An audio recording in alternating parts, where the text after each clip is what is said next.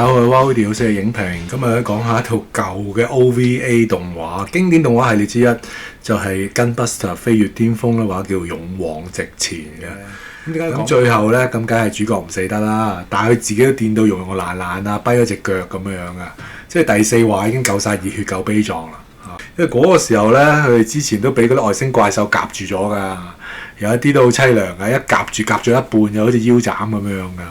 所以當佢哋咁狼狽之下，竟然而家法子坐住 Gunbuster 咧，危急關頭走出嚟救咗大家咧，大家都很是感動。第五集個主題咧就叫做拜託把時間留給愛。咁咧終於可以翻地球啦，即係一波三折啦。本身你第四話翻地球咁啊，就係敵人突襲啦，咁啊死咗好多人，死剩一隻艇。咁我哋翻地球嘅時候咧係2032年啊。咁你對比第六集咧？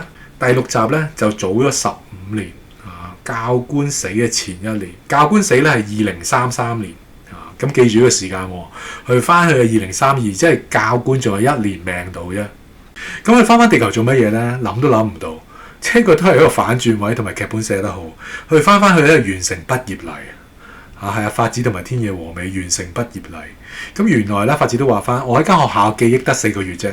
因為之後就被選拔去到太空飛船嗰個練習啦嘛，咁但係佢哋翻嚟呢個地球補畢業禮咧係10年後啦，即係其實係2022年嘅時候咧，佢個太空船起飛，咁佢離開學校嘅時候咧就碰上咗推住 BB 車嘅紀美子啊，咁紀美子嘅時候咧就27歲，咁對比翻法子17歲，我記得當年我覺得好唏噓嘅，即係冇諗過以前嗰個少不更事嘅好朋友，依家已經變咗一個淑女，都未淑女嘅美少婦咯，27歲對17歲，即係宇宙真係一個好神奇嘅地方。佢哋話即係帶走咗好多嘢，吸走咗好多嘢。咁今集嗰個反轉位係咩咧？冇諗過幾美智咧，竟然同佢一齊玩抽籤傾翻童年往事嘅時候咧，竟然對佢苦苦哀求。佢又話到其實依家咧起緊一個嘅末日綠洲咁樣嘅母艦。佢話係咩？起咗咁大隻嘅母艦咩？原來依家地球科技咁犀利㗎啦！但係幾美子就同佢講，其實呢個母艦唔係俾所有人上去嘅。話說只可以4000個地球人，只有1個可以上去。然後幾美子就話啦，求法子嗱，既然你而家去做一個機師嘅時候，可唔可以為我個女考美留一個未來咧，俾個機會佢咧，幫佢爭翻一個席位咧？我聽到呢個時候都好沉重。但係同一時間一樣啦，就係一啲末日綠洲呢啲嘢咧 ，Greenland 嗰啲 bunkers 唔係人可以去到噶。咁所以其實跟住動畫1988年一早已經帶出呢種嘅感覺咧。即係唔係人人有機會上到救生艇咧？嗰種嘅感覺咧，其實真係好悲涼噶。有好似嗰 Titanic 咁樣，嗰救生艇嘅數目係唔夠啊，異常沉重啊。咁但係啦，同一時間都平衡下嘅，即係暗夜秀明知道你咁唔開心咧，俾少少鹽花你啊。咁法子咧不斷好寂寞咁樣攤喺張床嘅時候咧，對住背心仔啊露晒點咁樣嚇。又有一幕咧，就喺沙灘上面咧，娥妹就話咧：人生只有一次嘅啫，我諗住要重新出發，揾個新嘅男友咁樣啦。咁係無上裝嘅，厲害！即係嗰個年代先可以咁自由啊！我意思係畫動畫畫得咁自由，咁又仲有啲出浴照啦，等等啦。咁你呢個真實係咩咧？嗱，鏡頭一轉咧，你都知道啲外星怪獸唔會放過地球㗎。咁佢當中嘅提過叫 Palomar Observatory， 咁呢個係美國加利福尼亞州嘅洛杉磯東南方145公里外啊，喺聖地牙哥嘅天文望遠鏡咧就望到喺天琴座326附近咧有大量嘅敵軍啊，成億計啊，接近1億嘅敵軍。咁同一時間咧，我都講咗啦。暗夜秀明咧，佢節奏飛快，一啲都唔會浪費時間嘅。同一時間就講到咧，咁法子係見到個教官咧就升啊天野和美，咁啊天野和美含住淚走咁樣。其實嗰一下咧，就天野和美知道教官嘅身體有事嘅，咁但係教官就隱瞞啦。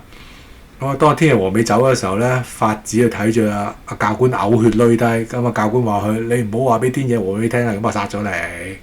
咁佢最主要咧就係受咗個太空射線啊。即係嗰啲高輻射環境之下咧，咁啊患 cancer 啦，咁啊時日無多噶啦。咁法子嗰時就係唔知嘅，傻下，咁啊諗住隱瞞佢嘔血呢樣嘢嘅啫，即係冇諗過佢可能剩翻半年命啫。即係你面對1億個嗰啲外星怪獸大軍點算咧？大家都係諗唔到計嘅時候咧，咁啊太田教官咧就建議我哋就向嗰個敵方投射黑洞炸彈啊！哇！呢個 concept 又真係勁。我依家睇翻嘅時候，因為我已經唔記得咗啦。10幾年先睇一次，邊記得啫？咁樣嘅哇，黑洞炸彈邊個有諗過㗎？喺嗰度掉個黑洞炸彈吸晒嗰啲人入去嚇。咁呢個 concept 真係好前衛啊，非常前衛。咁唯有點樣可以做到呢？咁危險嘅任務就係叫 Gunbuster 啦。咁臨急臨忙咧，點樣做到黑洞炸彈呢？咁啊，太田教官就建議咧，用翻以前嗰個嘅舊戰艦，第一代戰艦咧 Excellion 戰艦，即係第二話起好嗰隻戰艦啊。咁啊，就係用嗰隻戰艦，因為嗰個核心反應爐咧，就係最適合做呢個嘅黑洞炸彈嘅。去到敵方嘅中心就引爆嗰個 Excellion 反應堆，咁樣做呢個黑洞炸彈。咁啊，天野和美同法子咧，就喺地球嗰度急急咁出發啦，飛翻去外太空。咁佢送行嘅咧就係教官。咁今次用咗2個拐杖啦，即係個身體越嚟越差。娥妹都係同時送行嘅。咁啊，法子同阿天野和美臨起飛之前咧，法子就喺度半嬉笑咁樣話：你好快翻到嚟嘅啫，翻到嚟嘅時候咪同阿教官結婚咯。咁嗰時天野和美咧先至篤爆，其實佢自己一早就知道咧，阿教官命不久矣噶啦，仲有半年命啫。所以今次一上太空咧，一光速飛行或者接近光速飛行嘅時候咧，都唔知幾時先翻到嚟。翻到嚟嘅時候，可能教練已經死咗啦。法子先如夢初醒，係咩？高知好唔捨得阿教練啦。咁今集咧，佢哋都係第一次咁合體嘅，如果冇記錯。咁係護送咧呢隻舊嘅戰艦 Excellion 咧做呢個嘅黑洞炸彈。咁其實喺地球嘅時候，太田教官都同佢哋講，佢哋兩個就係火，一結合時候就係炎，天下無敵噶啦。咁今集咧就睇下你點樣天下無敵啦。咁都係照近光速飛行嘅時候咧，其實就嚟去到嗰班1億隻外星怪獸集結嘅地方，仲有10億公里啫。但係地球嘅時間咧就嚟過半年啦。咁嗰個時候咧，臨龍門一腳，天野和美咧就打透褪咯，佢唔想再前行啦，因為再前行咧，地球嘅時間已經過半年啦。咁即係話佢嘅教官，佢心愛嘅教官已經係逝去。咁翻去呢個冇教官嘅地球已經冇意思啦。咁佢成日即係接近崩潰嘅邊緣。咁所以天野和美就崩潰咗，即係我哋冇諗過以前咧就係法子崩潰㗎嘛，咁係啊呢個大家姐咁樣，天野和美咧鼓勵佢，雖然好多時候咧都係背後講佢壞話，其實都係為佢好嘅，唔想去送頭送死。咁大家調翻轉咯，今次睇到啊法子嘅成長咧就係獨當一面啦，並且係不斷咁鼓勵翻天野和美。教官其實都好想攬你，好想錫你，好想唔俾你走嘅，但係點解教官都會咁犧牲自己咧？即係犧牲小我完成大我，就係想咧為咗全人類嘅福祉。如果你而家掉頭走嘅時候，咁啊教官咪白死咯，係咪啊？咁即係聽到呢番説話嘅時候咧，天野和美咧即係如夢初醒，咁啊繼續向前。但係時間咧，地球時間已經過咗半年啦。但係最後咧，即係去到一班怪獸嘅核心嘅裏邊，咁就喺嗰度引爆咗一個 Excellion 炸彈。喺個法子鼓勵翻天野和美嘅過程都係好緊張刺激㗎，因為你喺度打套彈啫，嗰班怪獸唔會放過你啊嘛，咁不斷去襲擊機體咧，不斷襲擊呢個咧第一代嘅母艦 Excellion 啦，即係如果個母艦喺度爆炸嘅時候，唔可以去到班怪獸群中心引爆咧，咁啊成件事就係事倍功半㗎嘞噃，咁成個故事就係付諸於流水㗎嘞喎。咁所以嗰時候法子咧就鼓勵翻天野和美嚇，諗翻起點解啊教練咁樣犧牲自己啦咁樣。咁所以最後咧，佢醒覺之後咧，就係去到個敵人嘅中間，引爆一個 Excellion 第一代母艦嚇，將佢變咗做一個嘅黑洞炸彈。咁啊，將1億個嘅外星怪物啊、外星飛船咧吸晒落黑洞裏邊。咁佢兩個梗係喺黑洞炸彈爆炸之前咧，佢哋就全身而退啦。咁佢今集咧就係大發神威啦。咁佢一個招牌動作就係交叉手，雙手搭於胸前，企喺嗰個戰艦上邊。咁佢不單係有個額頭嘅光束啦，咁佢雙手咧又有無數嘅光束啦。咁佢今次咧敵方咧都唔係省油燈嚟嘅，都係上下夾擊佢嘅，諗住咁啊夾餅佢，咁佢就上下撐住，雙手就係發射唔同嘅光束啦，雙腳今次都得啦。所以個升級元素就係咁樣樣，除咗頭嘅光束，除咗雙手，今次仲有雙腳，咁你仲係咧2合1成為炎。咁最後就可以引爆咗 Excellion 嗰個嘅反應堆，變咗一個黑洞炸彈咧，就將呢個1億隻嘅外星怪獸啊或者外星飛船咧吸入個黑洞炸彈。如果你限時裏邊咧都可以全身而退。咁你翻地球嘅時候點咧？咁呢一個咧一個好唔錯嘅反轉位嚟㗎。翻地球嘅時候，教練竟然未死喎，教練仲喺咧病房養病。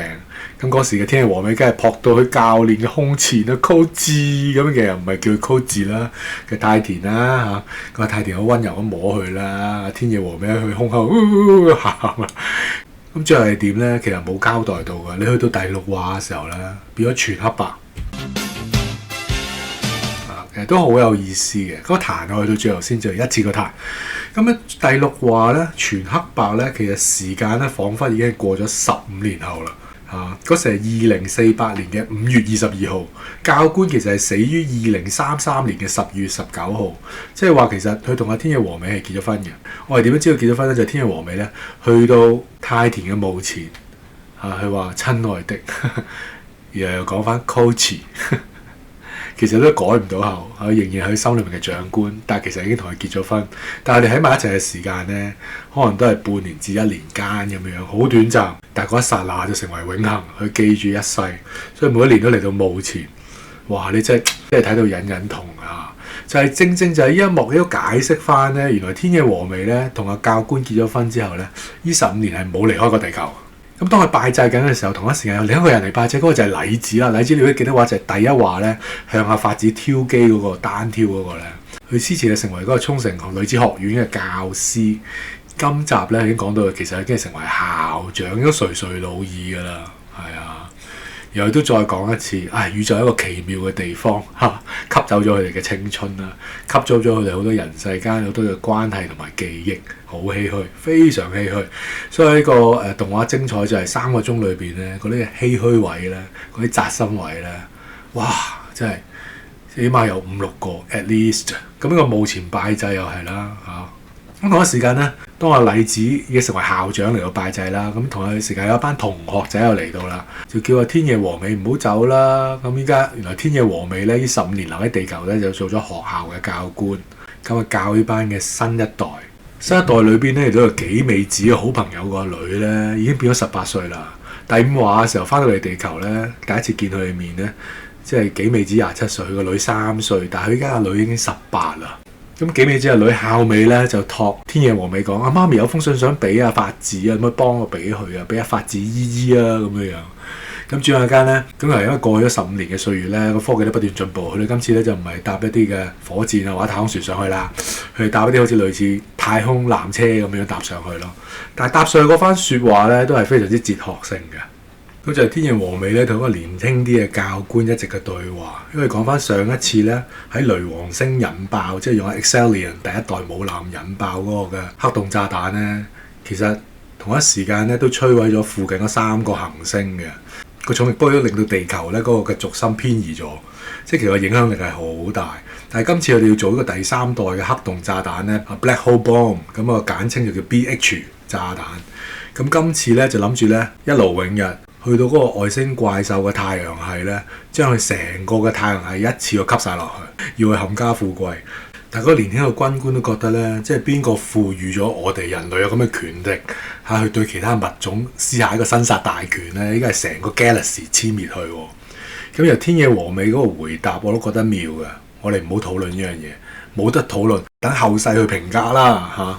咁呢番説話咧，講到物種都為咗自己掙扎求存咧，即係物種都為咗自己嘅存亡咧，會掙扎到最後一刻嘅。佢不單係講咗地球地球嘅物種，同一時間其實 echo 翻今天咧，即係2025年尾嘅時候咧，個 Age of Exposure。咁當中成班嘅科學家同埋政府要員咧，佢都講咗呢個 point 嘅。其實啲外星種族或者非人類智慧生命體咧，最後點樣對地球咧？其實可能都為咗佢哋嘅生存咧而威脅地球。或者我哋為咗我哋生存都會威脅到對方。當對方覺得我哋威脅佢嘅時候咧，佢哋可能會對我哋痛下殺手都未定嘅。咁冇諗過，只係一個咁開腦洞嘅説法咧，或者一個嘅理論或者一個睇法咧，其實 Gunbuster 1988年第6話已經講咗啦，勁啊！咁喺第6話嘅時候咧，法子仍然係少女啊，但係去咗地球15年嘅天野和美咧，其實已經變咗個熟女咯。但係特別就係咩咧？天野和美喺地球15年，但係法子其實喺宇宙只係半年間嘅咋，所以呢個都係另一個唏噓位啊！當阿天野和美咧將阿紀美子嗰封信咧交俾佢讀嘅時候咧，轉眼間佢都唔知道紀美子嘅女原來已經變咗18歲啦。佢依家都俾人哋稱呼做姨姨嚇，但係雖然佢依家仲係28歲咯，所以佢自己一下間都接受唔到啦。所以其中一個 Gunbuster 嘅主旨就係咧，宇宙即係吸走咗好多嘢，即係吸走咗佢哋好多嘅回憶，好多嘅關係。嗰一下咧，法子就悲從中來，喺讀緊信嘅時候就喊嚇，所以就係有另一個係扎心位咯。好啦，故事去到 Gunbuster 咧護送呢個第3代嘅 BH Black Hole 炸彈啦。咁本身咧諗住咧一進到亞空間，一去到對方嗰個嘅銀河系嘅時候咧就投彈嘅。但係我哋萬料不到個反轉位係咩咧？俾人哋反將一軍喎。當佢正想出發嘅時候咧，對家已經嚟到門前啦。係啊，億萬計嘅海量式嘅係圍繞佢哋啊，四面八方，光速12%，個真實感好真實㗎。個艦隊護送呢個 BH 第三代炸彈咧，因為個艦長係未見到呢個地球啱啱完成嘅 BH 炸彈，即係當亞空間運送到嗰個 BH 第三代黑洞炸彈嚟到艦長眼前嘅時候，艦長話：哇！人類嘅科技可以做到件咁大件嘅嘢，佢都真係驚為天人，好詫異啊！咁你啲真實感就係咩咧？佢敵軍咧個四面八方嘅進逼咧，唔係全光速㗎，佢好仔細咁講到，敵軍應該用12% 嘅光速咧前進中咁樣嘅嚇，48分鐘之後咧，我哋就會接觸啦。咁好真實。咁頭先我講過啦，艦長咧同埋副手咧，即係佢哋嗰個嘅站姿啊，佢哋嗰個對話咧，就同 EVA 定元堂啦，副艦長東月耕造咧一模一樣嘅樣啊嚇，個 Nerve 嘅副司令。咁鏡頭一轉咧，80億嘅戰艦就喺個獵戶座嗰度死鬥啦。咁面對海量敵人嘅時候咧，就算人類嘅艦隊咧已經去到第3代也好，第5代都好啦，都係不敵對方嘅海量攻擊嘅。仲有就係除咗對方海量咧，就係自殺式喎。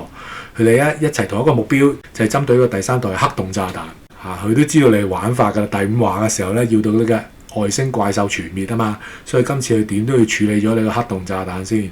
其實嗰個大對比位都好睇嘅。本身個艦長咧氣定神閒嘅，話12分鐘內我哋就解決佢，咁開翻地球。咁點知咧對方展開突襲啦。咁當呢個對方個太空怪獸咧展開第一波自殺式攻擊嘅時候咧，咁啊炸唔開個黑洞炸彈嘅防衛網，咁第二波又嚟咯嚇。咁接住咧艦長嗰個嘅對策都係要死守呢個炸彈嚇，呢個第3代炸彈咧就係人類存亡嘅關鍵。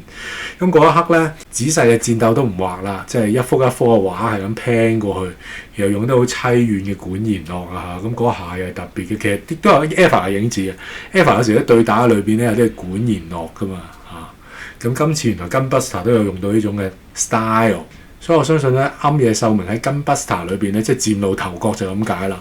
所以點解呢套嘅 OVA 係獲獎就係呢個原因。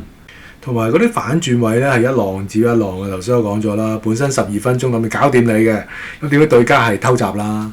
咁點解冇諗過就係第一波由自殺式攻擊仲有第2波、第3波啦？咁另一個反轉位就係咩咧？諗住咧臨尾倒數㗎啦，我哋2分半咧就可以引爆黑洞炸彈㗎啦，點知倒數計時夠鐘唔爆，咁相信咧引爆嗰個部件咧就喺戰鬥當中咧就損毀嘅，咁點算咧？即係又係臨龍門一腳。人哋嘅第2波、第3波嘅攻擊咧陸續嚟緊嘅時候點搞咧？咁仲有其他真實元素㗎。咁如果光速武器咧，佢不斷換對焦嘅可能一個光速武器裏邊咧，佢有可能揾碎個對焦嘅，好似 minigun 咁慢慢轉動咁樣，好真實嘅。咁頭先講咗啦，對戰中有管弦樂咧，有聖詩嘅感覺啦，非常厲害㗎。咁本身軍隊裏邊咧就艦長嗰個嘅政策咧就係死守啦，但係同一時間咧已經損耗咗極大破壞嘅，受大損耗嘅戰艦已經1700艘啦，有小破壞嘅4500艘，失蹤嘅已經係22800啦。最後剩翻人類嘅飛船只係有咧2562啫。咁佢一路咁樣去數嘅時候咧，咁都係異常真實同埋悲壯嘅。咁當然啦 ，Gunbuster 1、2號仍在啦。咁所謂3號嘅 Gunbuster 就係嗰個嘅黑洞炸彈仍在嘅。咁佢就要等咧嗰個倒數2分半鐘倒數就可以引爆，咁佢全身而退翻地球就贏㗎啦。點樣咧？最後倒數階段啊，儲夠能量引爆佢嘅時候咧，臨龍門一腳唔爆喎，點辦咧？咁呢度又係另一個嘅反轉位。Gunbuster 話咧，佢有2個嘅縮退爐啊，佢可以用其中一個去作為一個嘅引信引爆嗰個嘅黑洞炸彈嘅，另一個就俾佢可以咧翻地球。咁但係艦長知道佢呢番説話嘅意思就係咧，如果佢咁樣引爆咁近距離引爆黑洞炸彈嘅時候咧，佢哋未必可以全身而退，立即全身而退。如果係咁嘅時候咧，好可能係牽涉咗喺個極大重力之下咧，時間相對論咧，地球可能流逝咗好多年㗎啦，佢哋永遠都翻唔到去咧同一個嘅時空裏邊咯。咁當個法子同埋天野和美咧已經係好決斷咁樣一意孤行㗎啦。咁飛入到去咧個黑洞炸彈嘅內部嘅時候咧，入邊嗰個高溫同埋重力咧都異常真實嘅。咁娥妹本身係跟住佢哋去嘅，咁但係因為個重力太大咧，娥妹嘅機體頂唔順啦。咁娥妹好唔捨得佢哋啦，諗住佢哋一齊死啦，死咗一齊死。咁但係天野和美同埋法子就話：我哋唔係諗住去死嘅，我哋會翻嚟嘅，只不過我哋唔喺同一時空咁解嘅啫。咁啊勸退咗娥妹啦。咁當中咧，佢都講到黑洞炸彈入邊嘅溫度咧，去到1699度啊，而重力咧達到15600 TPM， 就猶如木星嘅內部一樣啊。咁呢啲就係真實嘅數據啊，或者科學嘅術語咧，又係令到成個嘅動畫嘅真實感大增啦。咁所以臨尾嗰個道別咧，又係扎心嘅。阿法子同埋阿天野和美就話咧，雖然我哋唔可以活喺同一個時空，但係我哋咁做，你哋可以活喺同一個時空啊嘛。咁呢個對偶句同埋對比啦，都係入心啦。咁啊，臨尾都有個煙花嘅，個縮退爐咧就喺胸口嗰度。咁啊叫 Gunbuster 咧撕爛嗰個胸甲，咁其實即係搣爛咗自己嘅衫啦。咁又係有啲煙花俾大家睇下，但係又悲壯嘅嚇，悲壯。咁啊又將個縮壓爐咧打入去嗰個黑洞炸彈嘅裏邊啦，咁引爆黑洞炸彈。咁但係因為佢嘅黑洞炸彈係深處撤離啦。咁其他人類嘅戰艦就喺出邊啊，空間撤離就快好多嘅，但因為太近嗰個重力中心啦，所以撤離咗，成功撤離之後，翻到地球，其實虛耗咗地球時間幾多呢？係12000年之後，12000年之後，所以你會明白點解佢第六集用黑白去表達啦。除咗庵野秀明咧，佢對自己嘅作品好有信心之外，冇顏色都冇問題。另一個可以解讀為就係咧，其實原來1至5話或者成個 Gunbuster 咧1至6話大部分嘅時間係講緊12000年之前嘅事嘅。12000年之前喎，大佬。如果地球係12000年之前咧，就係亞特蘭提斯被毀滅嗰時就係小冰河時期，咁好可能個隕石撞擊地球，迅速溶解咗冰川之後咧，就地球迎嚟一個大洪水之外啦，亦都係有個小冰河時期嘅。呢個就係地球12000年之前啊。咁所以你諗到，哇！12000年之後佢翻返去地球，仲有冇地球呢？仲有冇人類呢？會唔會即係人類已經完全滅亡呢？咁但係最後咧，一個好窩心嘅畫面就係咧，歡迎你歸來咁樣啦。咁地球咧係夜晚嗰一刻咧就亮燈，歡迎你翻嚟啦。咁都係叫一個 happy ending。咁法子同埋天野和美咧就多謝 Gunbuster， 因為 Gunbuster 呢個殘存嘅機體咧就保護佢哋翻到嚟地球，咁所以最後咧佢哋就可以離開咗 Gunbuster， 坐住逃生艙咧翻去地球度啦。咁啊故事咧就咁樣完結嘅。哇！所以你話啦，係咪即係有好多反轉位同埋扎心嘅地方咧？即係可以話咧，佢達到 Interstellar 嗰種感人嘅級數啦，同埋唔好忘記係1988年已經講到。有呢個星際航行喎，亦都有講到時間相對論喎。你越近重力嘅時候，時間就減慢喎。你話呢套係咪經典中嘅經典之一呢？即係如果阿基拉可以話係解開人類超能力嘅密碼如果人類有無限能力嘅時候，會有咩結果呢？